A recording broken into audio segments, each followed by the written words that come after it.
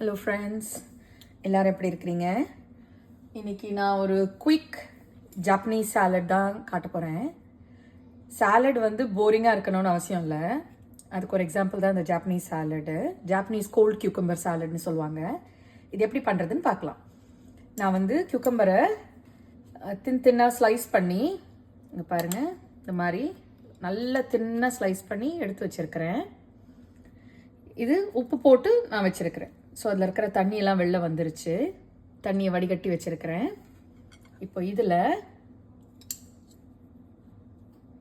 இதில் ஜஸ்ட் ஒரு கொஞ்சோண்டு சுகர்,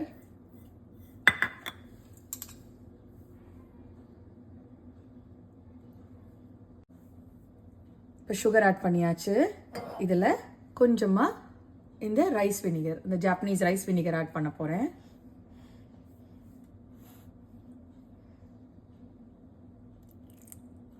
ஆட் பண்ணியாச்சு. இப்போ சோயா சாஸ் ஆட் பண்ண போகிறேன். கொஞ்சம் சோயா சாஸ் ஆட் பண்ணியாச்சு. இப்போது இதை நல்லா மிக்ஸ் பண்ணி விடுங்க. மிக்ஸ் பண்ணி விட்டு இதை நம்ம ஒரு பிளேட்டுக்கு ட்ரான்ஸ்ஃபர் பண்ணிக்கலாம்.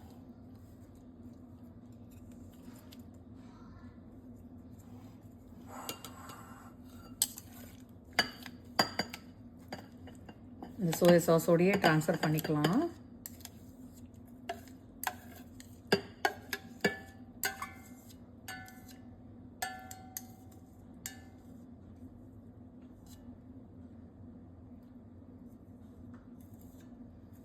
இந்த vinegar sugar soya sauce combination ரொம்பவே நல்லாயிருக்கும். இப்போ இதில் ரோஸ்டட் செசமி சீட்ஸ் ஆட் பண்ணிக்கலாம்.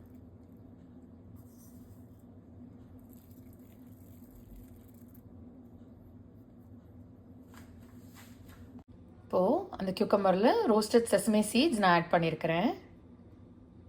இதை நீங்கள் அப்படியே சாப்பிடலாம். ரொம்பவே டேஸ்டியான ஹெல்த்தியான கியூக்கம்பர் சாலட் ரெடிங்க. டேங்கியாக இருக்கும். ட்ரை பண்ணி பார்த்துட்டு எப்படி இருக்குன்னு சொல்லுங்கள்.